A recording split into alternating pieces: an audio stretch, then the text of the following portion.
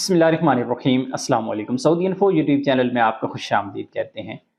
मैं छुट्टी गया, वापस नहीं आया, छुट्टी भी एक्सपायर हो गई, इकामा भी एक्सपायर हो गया और मेरा जो कॉन्ट्रैक्ट है ये वैलिड है, क्या मैं वापस आ सकता हूँ? आज का ये सवाल है।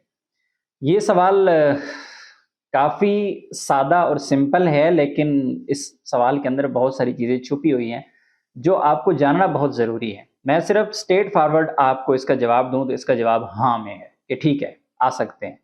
लेकिन इन फ्यूचर क्या होगा, उस चीज़ से आगाह करना बहुत ज़रूरी है और इसका माज़ी जानना भी ज़रूरी है।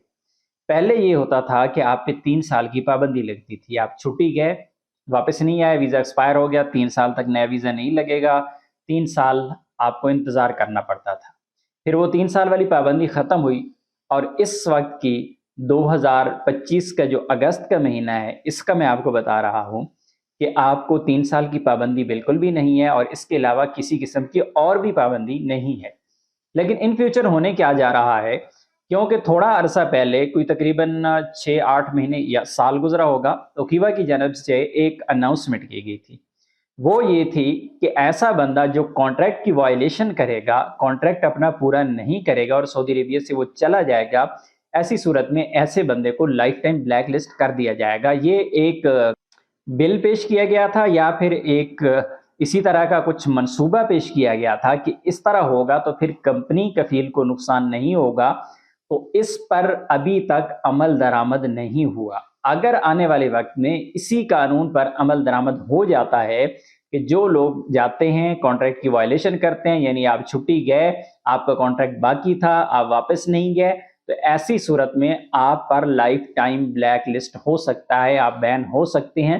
और इसी तरह जो सऊदी अरबिया के अंदर मौजूद हैं, लोग टाइम से पहले अपने कॉन्ट्रैक्ट टर्मिनेट करते हैं और फिर खरूज लगाते हैं या वापस जाते हैं, या इस तरह का जो मसला बनता है, ऐसी सूरत में भी ब्लैक लिस्ट हो सकते हैं।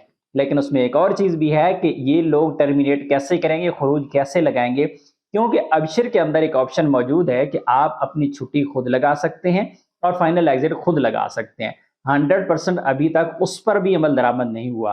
आने वाले वक्त में लोग क्या करेंगे, कॉन्ट्रैक्ट बाकी होगा तो लोग अपने अबशर में जाके अपना खरूज लगा लेंगे और कफील कंपनी देखते रह जाएंगे। तो ऐसी सूरत में क्या होगा कि वो बंदा, क्योंकि उस पर कॉन्ट्रैक्ट की वायलेशन लगेगी, कॉन्ट्रैक्ट मुकम्मल नहीं था, तो ऐसा बंदा लाइफ टाइम ब्लैक लिस्ट होगा।